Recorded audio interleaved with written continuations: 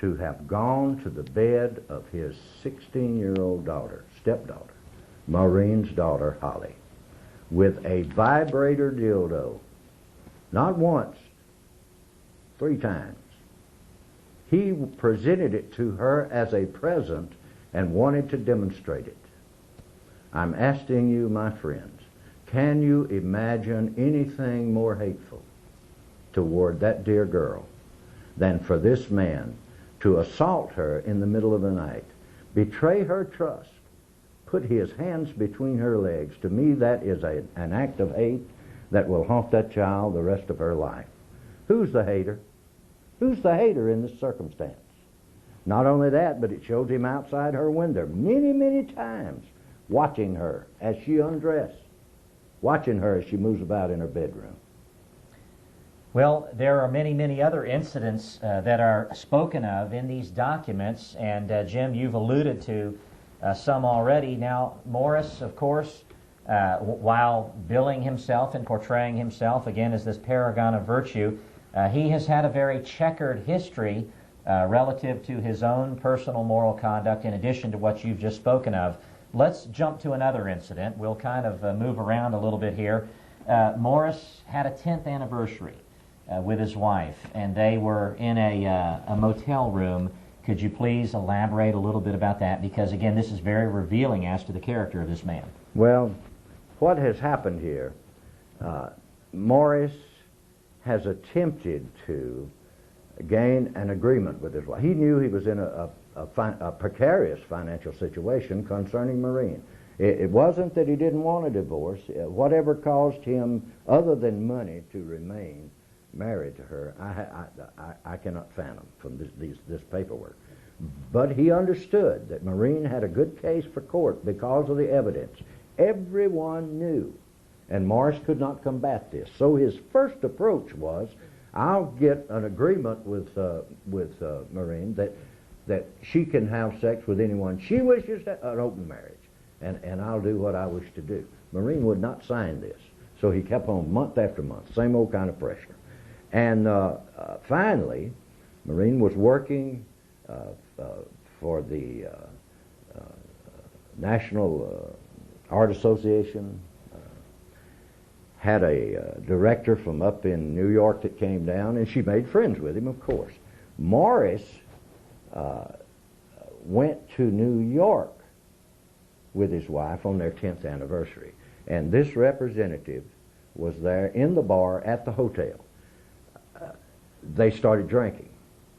This man, Mr. Springman, was a homosexual. Both Morris and Maureen knew that. After they drank for a while, Morris made the suggestion that they all three go to the room, and they did.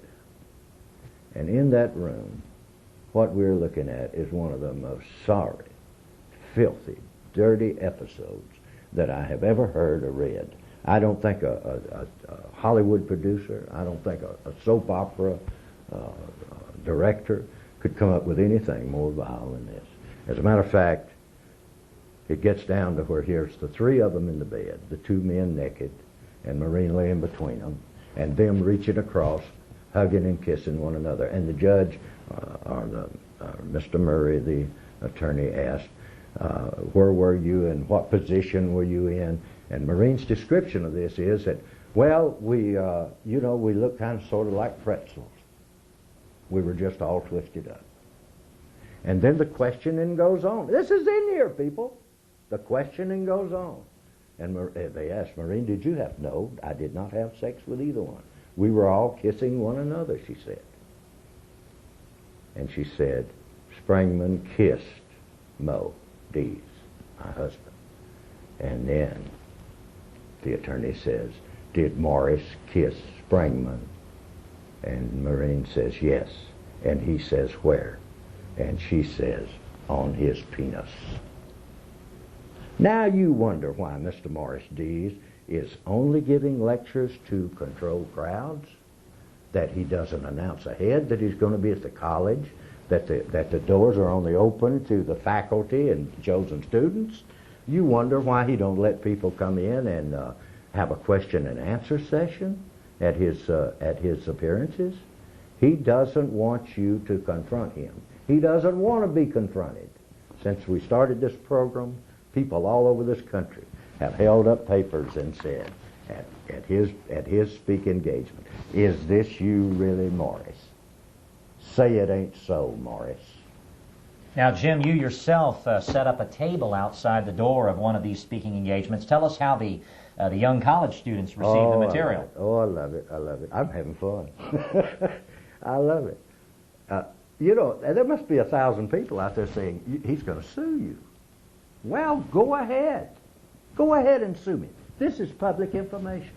Morris Dees came to Huntsville, Alabama, to the University of Alabama at Huntsville, got me a table, took these papers, set up at the door, passed out 85 copies.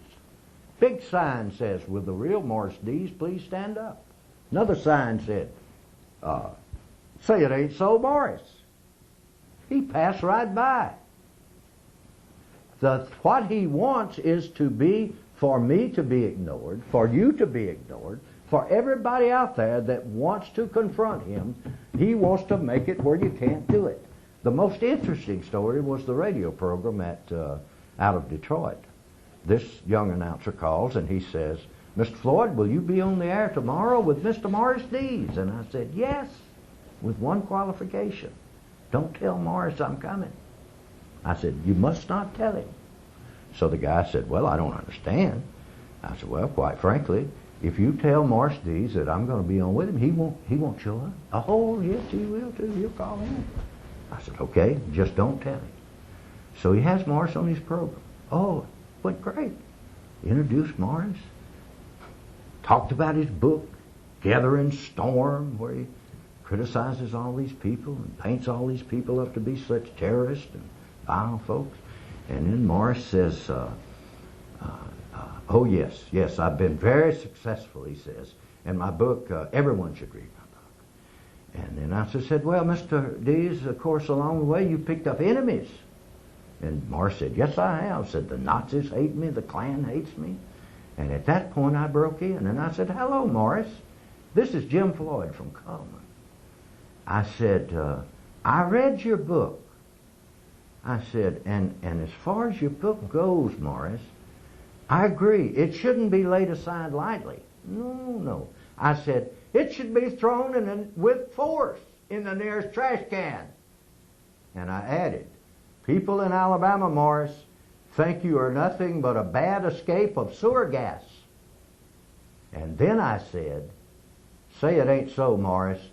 Tell me you didn't go after your daughter with a vibrator dildo. And all at once we heard it.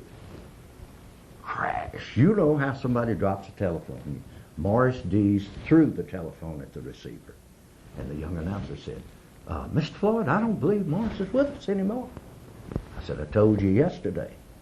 And that's what it is. I'm telling you, the man is vulnerable. Because of these papers, the world can see who he is. Don't be afraid. We're not sticking together concerning this. Do it on your own. When you hear he's coming, when you hear that your police officer has hired him, when the college president is going to bring him before your sons and daughters to talk about morality, get these papers and you be there on your own. This man must be stopped. Now, Jim, let's go ahead and cover a few more incidents just for the record. There was an incident that's also spoken of in these documentary papers where Morris was on some type of a group camping event and was actually laying beside his wife. And if you could pick up there and tell us what happened at that time. You know, again, Shakespeare would not touch this with a 10-foot bow. Here's Morris with two people out of New York City again. They're going down the river. Morris owns a pretty good sized ranch down on the river at Montgomery, and he has a fondness for the river and for canoeing. So he organizes this trip. His wife Maureen, these two people from New York, and they're going to camp out, spend the night. Well, you know, great. Sounds like fun. So here they go. In the middle of the night, here's Morris Dees. Maureen wakes up out of her sleeping bag, looks. Morris is having sex with this girl. Just a few feet away. So, Maureen says, well, to the judge at the court, what do I do, and she did nothing. Morris comes over to her, suggests to her that she have sex with a boyfriend. And she said she did. Later on in the night, as unbelievable as that is, Morris is now up close to Maureen with a girl having sex.